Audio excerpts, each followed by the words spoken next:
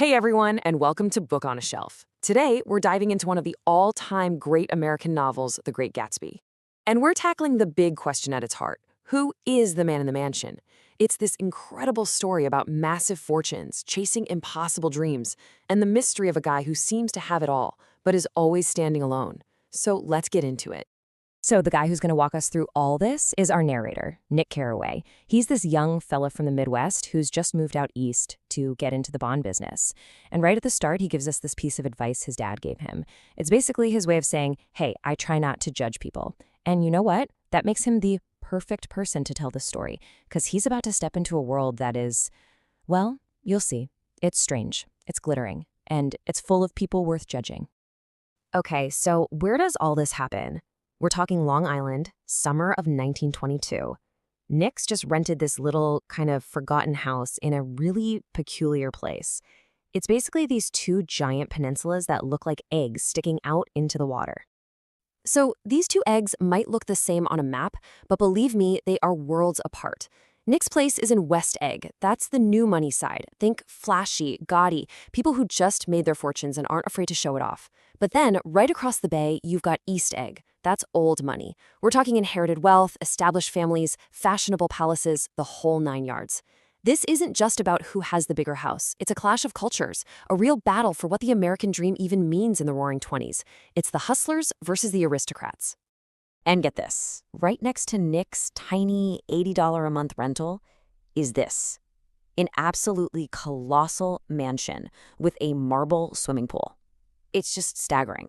40 acres of land, and all of it belongs to his mysterious neighbor, a guy named Gatsby. So our first impression of this man isn't the man himself, but the sheer, unbelievable size of his wealth.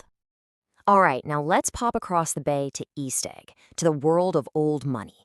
Nick's first real taste of this life is dinner with his cousin Daisy and her super rich husband, Tom Buchanan.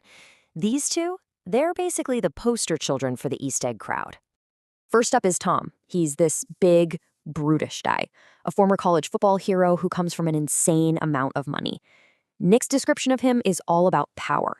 He calls Tom's body a cruel body. And that says it all, right?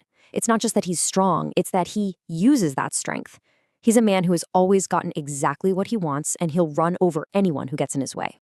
And then there's Daisy. On the surface, she's charming, captivating, but then she says this about her own baby daughter.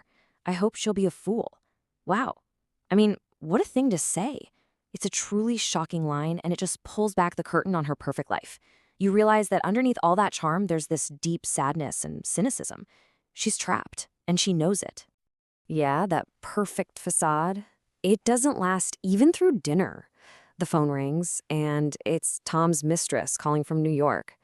And the craziest part? Everyone knows. The whole perfect evening just cracks. It completely shatters the illusion and shows you just how rotten things are in this perfect marriage and really in their whole world. Okay, so away from all that drama in East Egg, let's go back across the water to West Egg and to the man nobody knows. Tom and Daisy's secrets are messy, but they're out in the open. But Nick's neighbor, he is a total mystery, famous for one thing and one thing only, his absolutely insane parties. And the rumors are just wild. Seriously, nobody at his own parties even knows him, so they just stand around making stuff up. Did he kill a guy? Was he a German spy? Is he related to royalty? Or is he just a bootlegger? The stories are all over the place, building him up into this mythic, almost legendary figure who just showed up one day with a mountain of cash. But then, Nick actually meets him. And he's not some sinister killer. He's this guy with an incredible smile.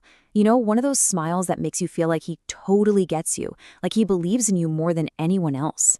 It's so genuine and reassuring, and it just doesn't line up at all with those crazy dark rumors.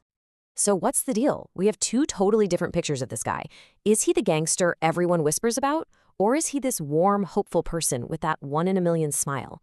Who is the real Jay Gatsby? That's the million-dollar question. Well, the big reveal, the thing that finally unlocks this whole mystery, doesn't actually come from Gatsby. Nope. It comes from Jordan Baker, that pro golfer who's also friends with Daisy. She pulls Nick aside and tells him everything. And this is where it all comes together. It turns out, 5 years ago, Gatsby wasn't Gatsby the millionaire. He was just a young, poor army officer. But he fell madly in love with Daisy Faye, who was like the belle of the ball in Louisville. Then the war happened, shipped him off to Europe. Daisy couldn't wait, or maybe she was pressured, and she ended up marrying Tom Buchanan for his money and status.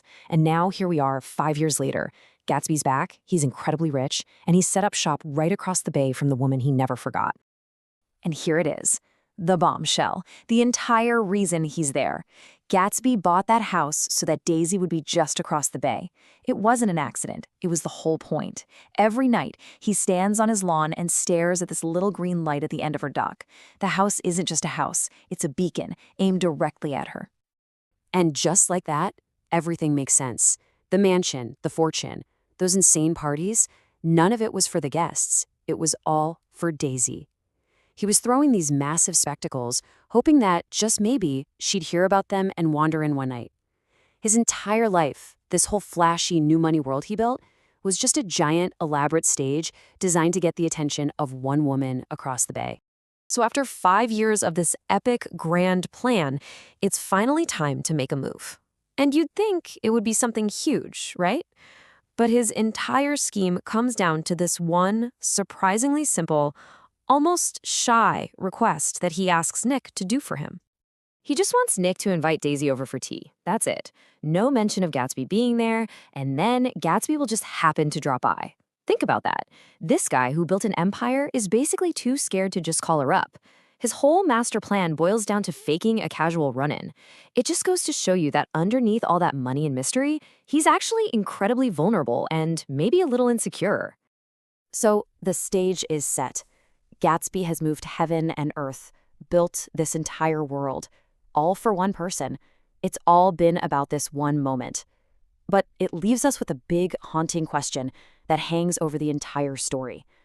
Is a dream built on money and memory enough to recapture the past? Can you really turn back the clock?